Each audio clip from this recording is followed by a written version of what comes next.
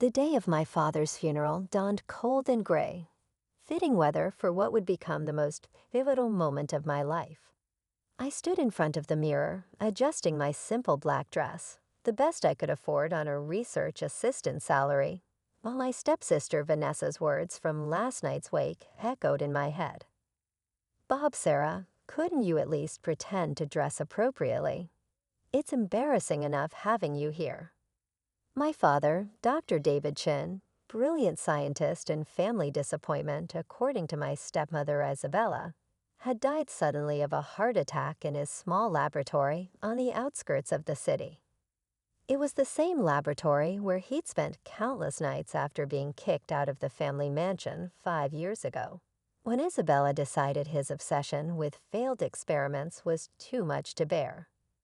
The funeral was being held at the Chen family estate, a sprawling mansion that had once been my childhood home.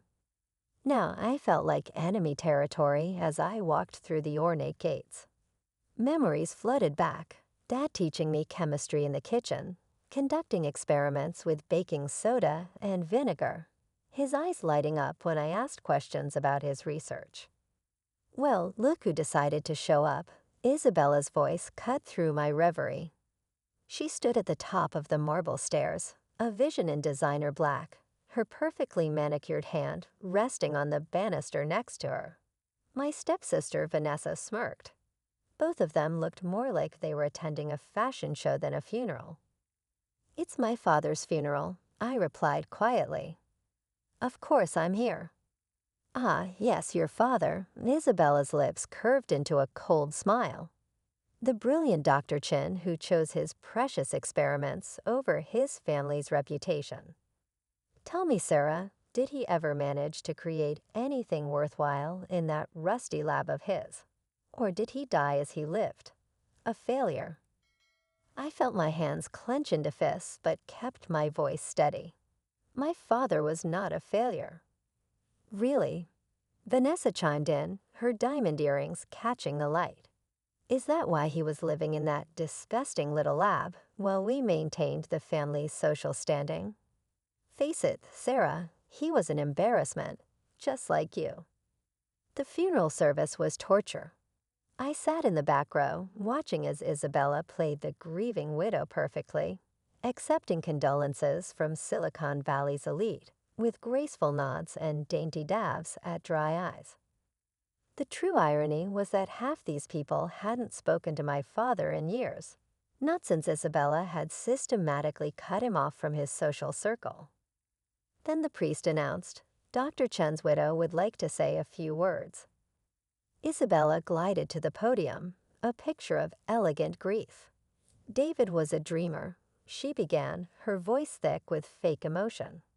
"Perhaps too much of a dreamer. He chose to pursue his unique ideas rather than focus on our family business. But he was a good man in his way." I wanted to scream.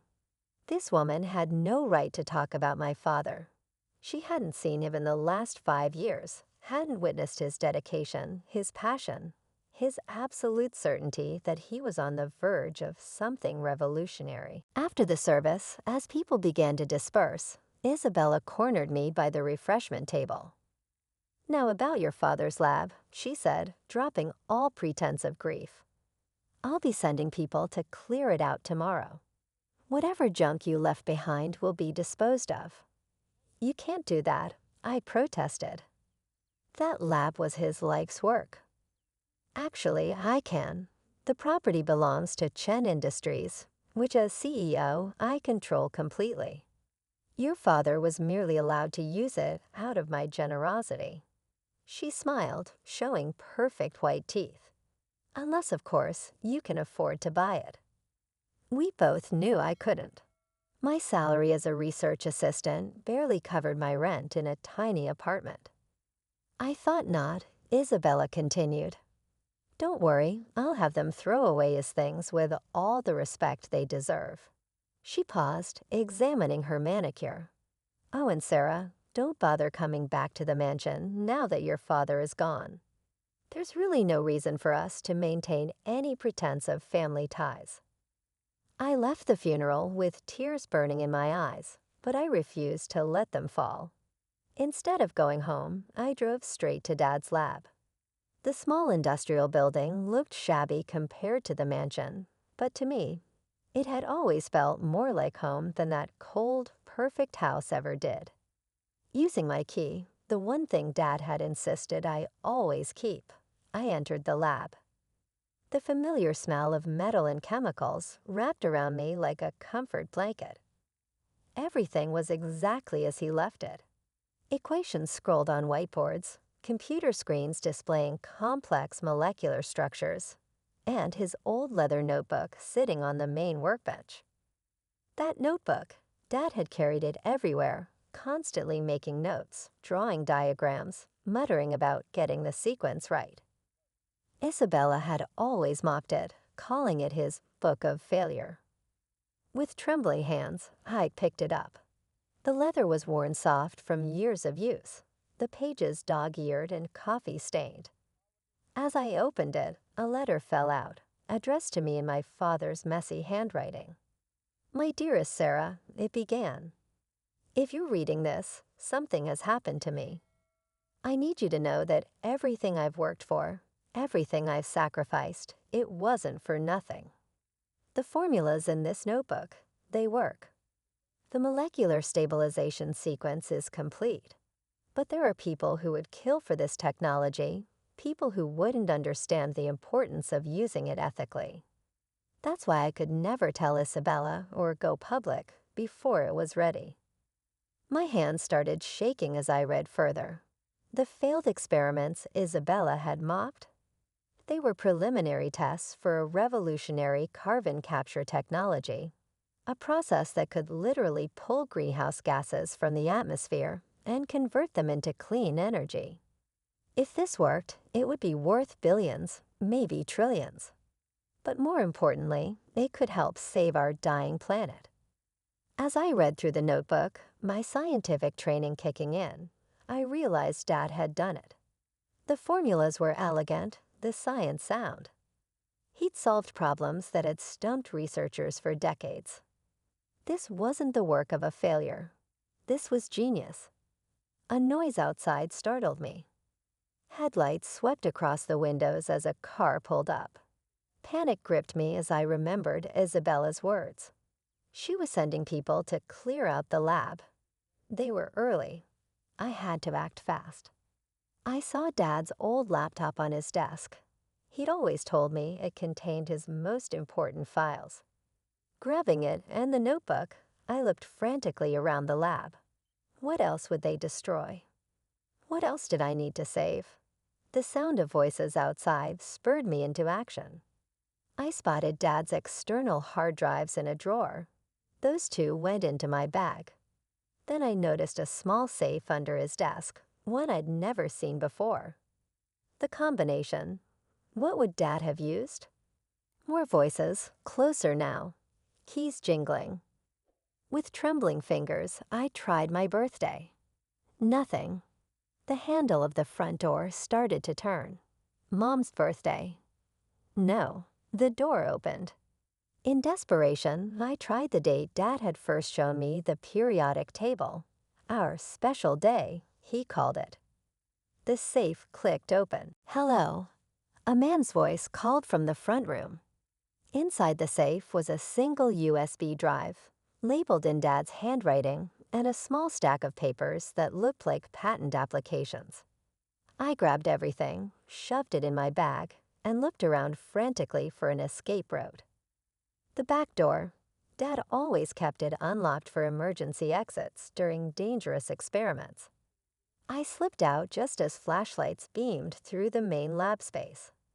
In the darkness, I ran to my car parked around the corner. As I drove away, I saw men in dark suits entering the lab, carrying boxes and equipment. Isabella wasn't just clearing out the lab, she was searching it. She knew. That night, instead of going to my apartment, I checked into a small motel under a fake name. I couldn't risk Isabella's people finding me, not until I understood exactly what I had. Setting up Dad's laptop, I began to dig through his files. What I found kept me awake until dawn. Would you like me to continue with part 2, where we see what Sarah discovers and how she begins to fight back against her stepmother's empire? The next morning, my hands still shaking from what I had discovered, I made 3 crucial phone calls.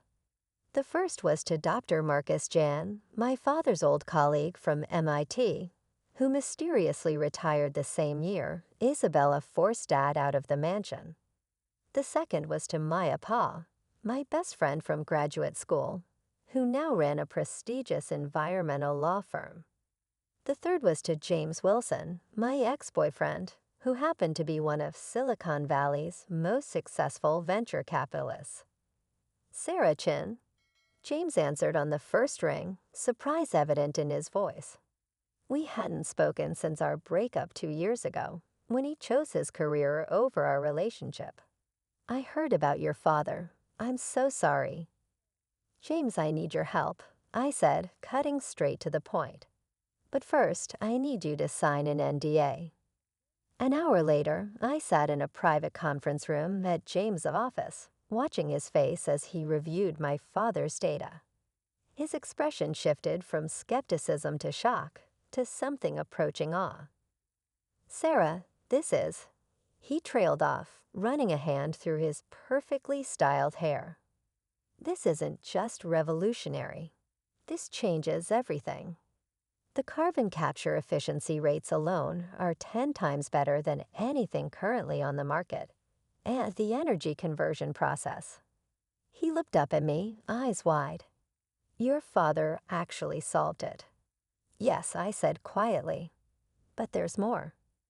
I showed him the files I'd spent all night decoding. Dad hadn't just developed the technology.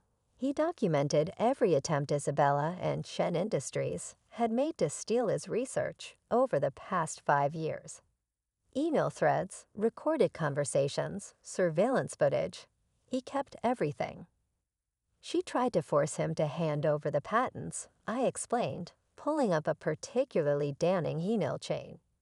"When he refused, she started spreading rumors about his mental stability, cut off his funding, and eventually kicked him out. But she never stopped trying to get her hands on his research." James whistled low. "This is corporate espionage. Serious stuff." He paused, studying me. "What do you need from me?" "Investment capital," I said.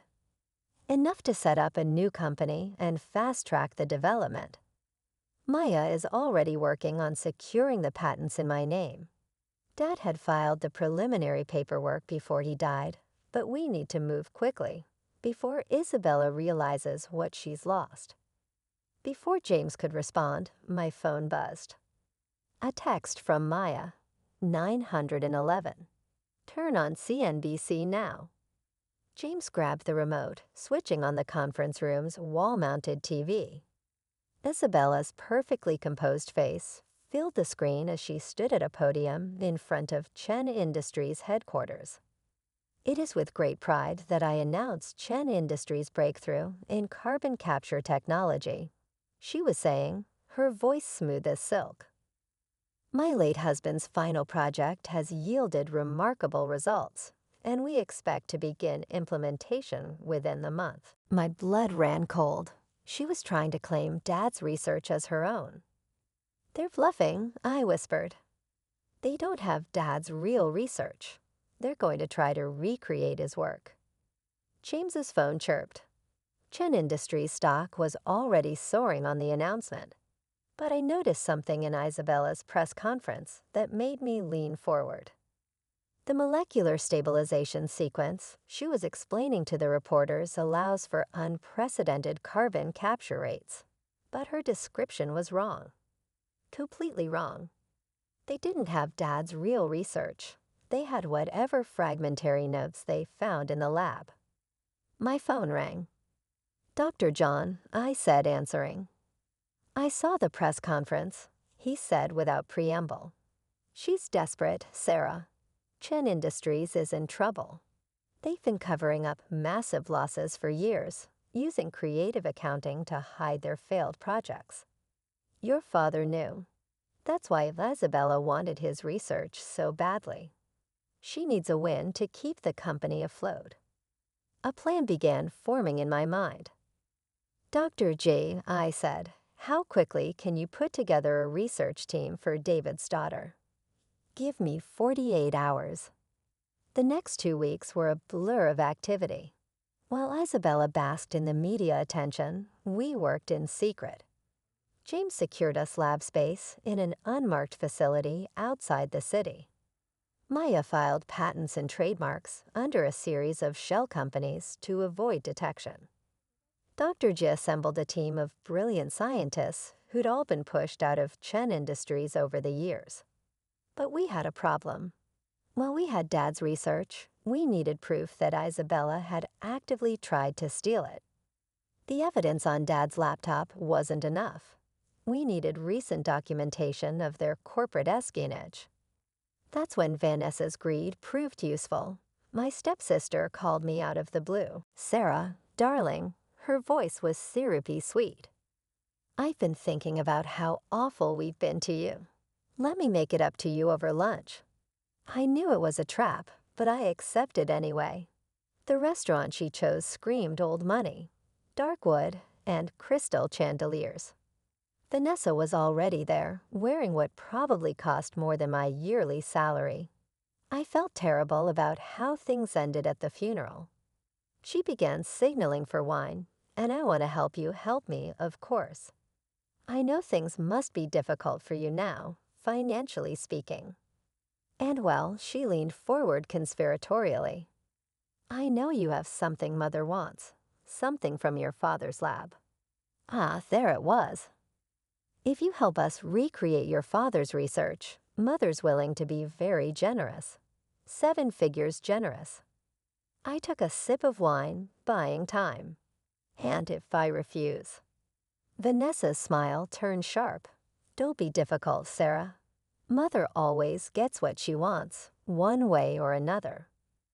What she didn't know was that I was recording every word. That afternoon, I met with Maya to review the recording. It's good, she said, but we need more. We need proof that Isabella knows her. The announcement was false. I might be able to help with that, a quiet voice said from the doorway. We turned to find Lisa, Isabella's personal assistant, standing there nervously. I've worked for Mrs. Chen for 10 years, she continued. I've seen things, dumb things. But claiming Dr. Chen's research, that's too far. I have documents, internal memos, emails, recordings of meetings, where she explicitly discussed stealing his work.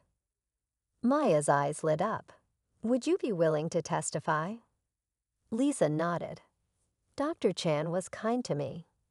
He deserved better. The pieces were falling into place, but we had to move fast.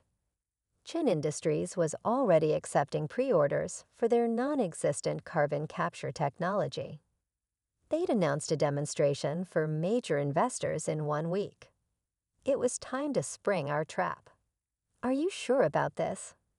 James asked as we prepared for the final phase. Once we do this, there's no going back. I thought about my father, working alone in his lab, refusing to give up his principles, even when it cost him. Everything, I'm sure, I said. Let's end this. Would you like me to continue with part 3, where Sarah executes her plan and confronts Isabella at the investor demonstration? The day of Chen Industries' big demonstration dawned bright and clear. The company had rented out San Francisco's most prestigious convention center, and the media presence was overwhelming. News vans lining the street, reporters jostling for position as the world's most powerful investors arrived. I watched the live stream from our own facility, where Dr. Zhang and our team were making final adjustments to the real carbon capture prototype. We'd worked around the clock for 2 weeks, fueled by coffee and determination, to bring my father's vision to life. Everything's ready, Jane said, adjusting his tie. As planned, he's attending the demonstration as a potential investor. Maya's team is in position, and the SEC agents are standing by. I nodded, checking my phone. A text from Lisa. She's nervous. Been practicing her speech all morning. Keeps changing the technical details. Of course, she was nervous. Isabella was about to attempt explaining technology she didn't actually have. A reporter's voice came through the live stream. Your company's stock has risen 300% since announcing this breakthrough. What do you say to skeptics who claim the technology isn't possible? Isabella's laugh tinkled like breaking glass. I say, wait until the demonstration. My late husband's genius will speak for itself. I felt my blood boil at her casual appropriation of Dad's work, but I forced myself to stay calm. Everything depended on timing. At exactly 2:00 p.m., Isabella took the stage. The convention center was packed with investors, media, and tech industry elites. Vanessa sat in the front row, looking smart. Ladies and gentlemen, Isabella began. Today marks a historic moment in the fight against climate change. Chen Industries' revolutionary carbon capture technology will transform our world. She launched into her presentation, and I had to admire her acting skills. She spoke confidently about molecular bonds and energy conversion rates, delivering the carefully memorized script flawlessly. But I could see the panic in her eyes when questions started coming from the audience. Could you explain the stabilization process in more detail? One scientist asked. Isabella's smile flickered. Of course. The process involves specialized molecular sequencing. But how do you prevent degradation during the conversion phase? Another expert pressed. Our proprietary technology, Isabella started, but she was faltering. That's when James stood up. Perhaps a demonstration would be more convincing. Isabella's relief was palpable. Yes, absolutely. If you'll direct your attention to the main chamber, the massive machine behind her hummed to life. It was impressive looking. I had to give them that gleaming metal and pulsing lights. But I knew it was just for show. As you can see, Isabella continued, the carbon dioxide is being extracted from the air and converted to. The machine made a horrible grinding sound, then sparked dramatically. Emergency alarms began blaring. Minor technical difficulty, Isabella assured the murmuring crowd. Our engineers will. Or maybe, I said loudly, standing up from my place at the back of the hall, the machine doesn't work because you stole incomplete research and tried to recreate technology you don't understand. The room fell silent. Isabella's face went pale as I walked toward the stage. Sarah, she hissed, what are you doing here? Isn't it obvious, Mother? I continued, my voice carrying in the quiet room. I'm here to demonstrate my father's actual technology. Security. Vanessa shouted, but before anyone could move, the convention center's doors opened. Maya Sten entered, followed by a team of FBI agents and SEC officials. Isabella Chen, Maya announced, you're under investigation for corporate fraud, spam, and securities manipulation. This is ridiculous, Isabella sputtered. I have proof, documents, forged documents. Lisa stepped forward. I should know. You made me create them. The next hour was chaos. While FBI agents secured Chen Industries' fake prototype as evidence, Maya presented our documentation of Isabella's fraud, the emails, the recordings. Maya's team verified the transfer of Isabella's shares. I now controlled what remained of Chen Industries. The company that had once cast out my father was now mine. The irony wasn't lost on me. The next year brought changes I could never have imagined. Chen Sustainable Technologies installed our first large-scale carbon capture facility in California, with dozens more planned worldwide. The technology worked better than even Dad had predicted, giving real hope in the fight against climate change. Vanessa took a plea deal and served community service at an environmental cleanup organization. The experience aimed to change her. She later started a nonprofit focused on sustainable fashion. Lisa, Isabella's former assistant, became my trusted chief of staff, her organizational skills helping us manage our rapid growth. Isabella served 3 years in a minimum security prison. Upon release, she moved to a small house in Montana, about as far from her former lifestyle as possible. She sends me letters sometimes, full of regret and attempted explanations. I read them but rarely respond. On the first anniversary of Dad's death, I visited his grave early in the morning. The simple headstone stood in stark contrast to the ornate Chin family plot nearby. "We did it, Dad," I said softly, placing fresh flowers by the stone. "Your work is helping people, changing things, just like you always wanted." That afternoon, I had a board meeting in our new headquarters. The company had grown to over 1,000 employees, and our market value had reached $50 billion. But before heading into the meeting, I stopped by my office and opened Dad's old notebook, now carefully preserved in a glass case. Inside on the last page were words he'd written years ago. "Success isn't measured in dollars or acclaim, but in the positive change we create. Remember that, Sarah."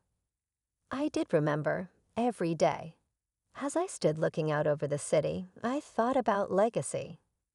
Isabella had built her empire on deception, desperate to maintain the appearance of success.